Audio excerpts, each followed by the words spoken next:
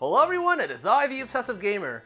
And as many of you remember, I made a video last time that, well, you guys weren't exactly happy about with the dislike counter here. I turned it off, in fact, for a while, and I decided to turn it back on. Ooh boy.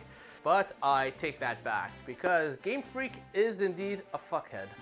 You see here, I may have said last time a few things of why they may have not be doing it, and well, it makes sense in the factor that it takes more development time, more money to do it, but it's not really an excuse. And it kind of goes back to GameFreak in the past few years. Up from Pokemon Red and Blue all the way to Black and White 2, GameFreak's Pokemon games have had a steady pace, steady development time, and packed with content, I would say. Nothing removed from the last generation. At most in Ruby and Sapphire, we lost day and night time, but that kind of made sense because of the hardware that they were dealing with at the time. However, after Black and White 2, things changed with GameFreak. They started to scale back a lot of things. With X and Y, we started to notice we're losing a lot of post-game. We started seeing a lot more Gen 1 Pokemon for some reason as well. And the story also took a back step. Black and White and Black and White 2 decided to push the story beyond any Pokemon game at that point, and it was fantastic in my opinion. And they had focused more on new Pokemon too, and we had a large variety of new Pokemon. Here, it was scaled back in both categories. But at that time, we didn't really notice so much. We thought maybe they just want to go back to more the traditional stories, but that didn't really work out, I would say, as well, in my opinion. But ever since X and Y, however, as stated before, the post-game and many of the Gen 1 Pokemon started, I think, being a sign that they're starting to change their formula of how they go about Pokemon games. And as well with Omega Ruby and Alpha Sapphire, Junichi Matsuda of GameFreak said that they did not include the Battle Frontier because no one would play them. You know, the Battle Frontier, better than the Battle Tower. And it's a thing that people actually gave a shit about. They claimed that people wouldn't care about. Hardcore Pokemon fans will care about this stuff. They didn't care. Slowly going downhill in their slope of laziness and not wanting to spend time to make things. And afterwards, people were expecting Pokemon Z, which was going to encounter the third legendary within that game. Because considering before that, we had a third Pokemon game, or a third like Pokemon game, like with Black and White 2, to counter that improved upon the final game and improved upon the actual story that went forward. And it was jam-packed. It made the already good game even better. They didn't release that. We heard nothing about this third Pokemon, and then Sun and Moon happened, which put that third Pokemon's lore into just a little side quest where you collect the cells. And that same third Pokemon game started to remove gyms, started to compress a giant open world into little islands that you went to. And it was getting easier and more hand-holdy than ever. Story, I would say, was better, but it wasn't exactly up to par still, in my opinion. So I would say with Let's Go is when people actually started noticing a problem with GameFreak, where we had an easier game, the inability to catch Pokemon, and taking influence from Pokemon Go.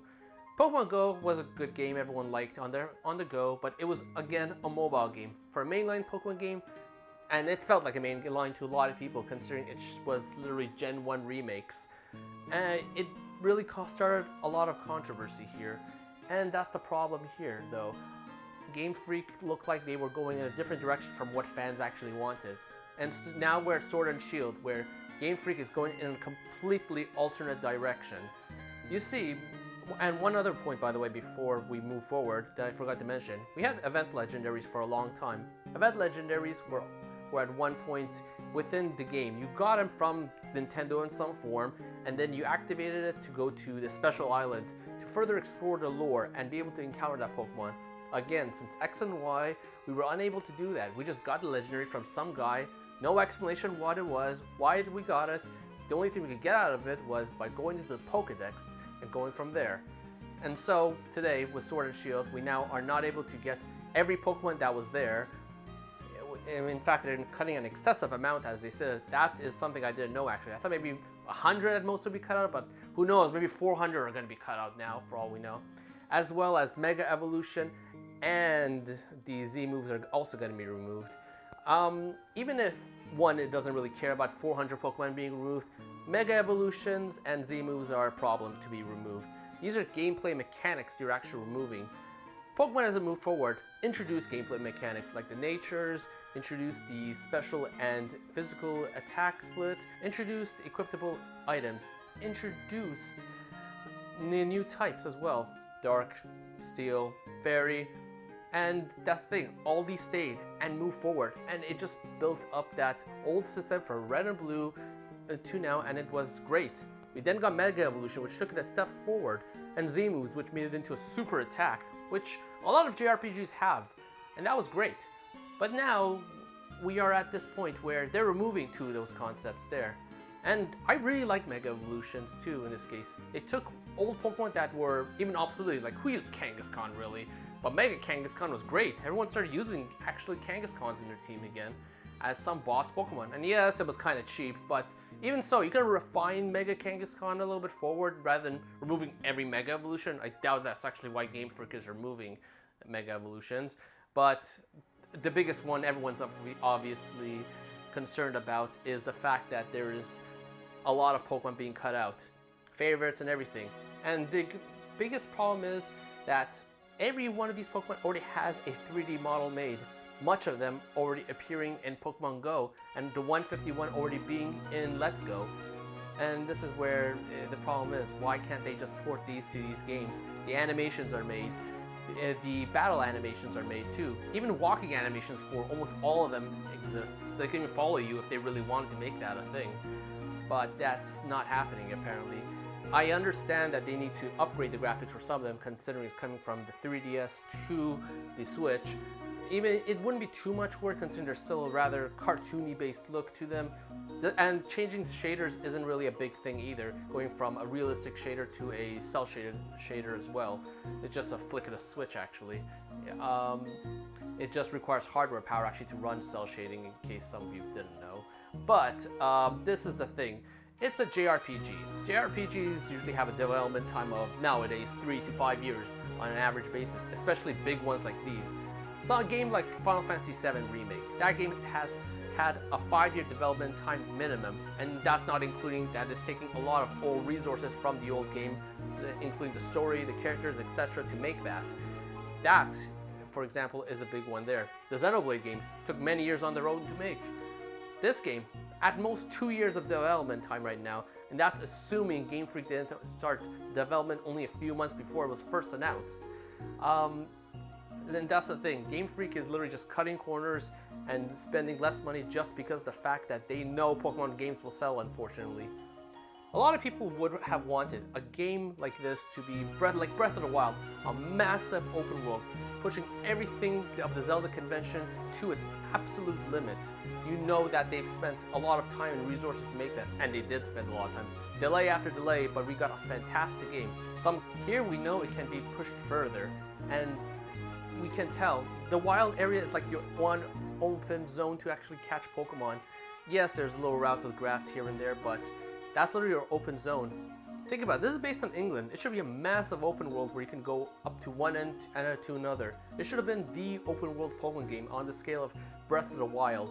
Maybe being able to go out of order to go to the gyms. I mean, okay, you don't have to do that. It's a JRPG, and then it could be linear. But even so, it should be massive. Like Xenoblade, I would say. Hell, I would say if GameFreak didn't own 1/3 of the Pokemon license, Nintendo should have just given it to Monolith Soft to make. I bet we would have gotten a proper Pokemon game with that. Considering what we're stuck with right now, it's clearly looking half-assed, and this is a Switch game. It should be console level of goodness here. It's a JRPG, it's competing with other JRPGs. We are literally spending $60 US and $80 Canadian on these games.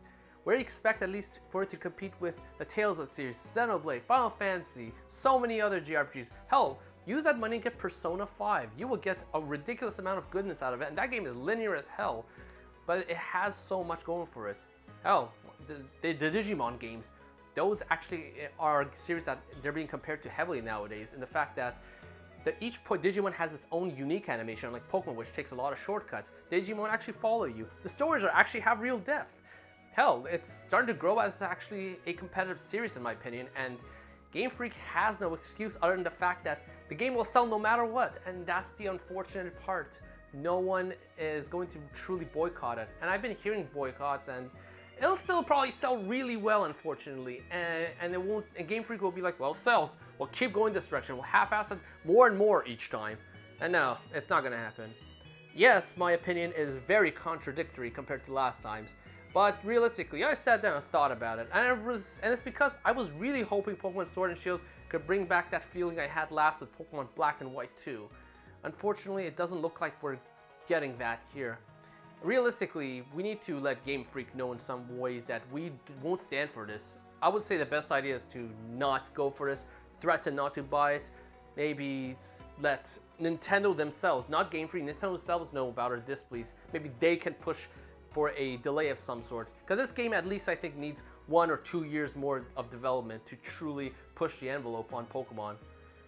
All in all though, this is the thing, and it's Game Freak's laziness. I just can't believe it took this to finally be noticed.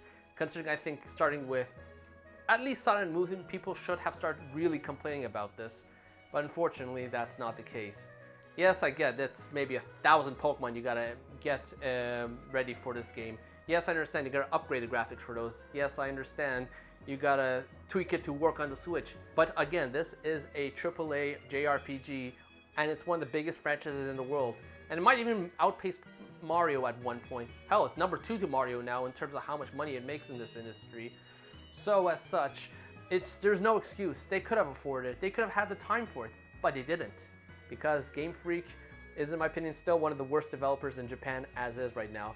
Except maybe Konami, because fuck Konami.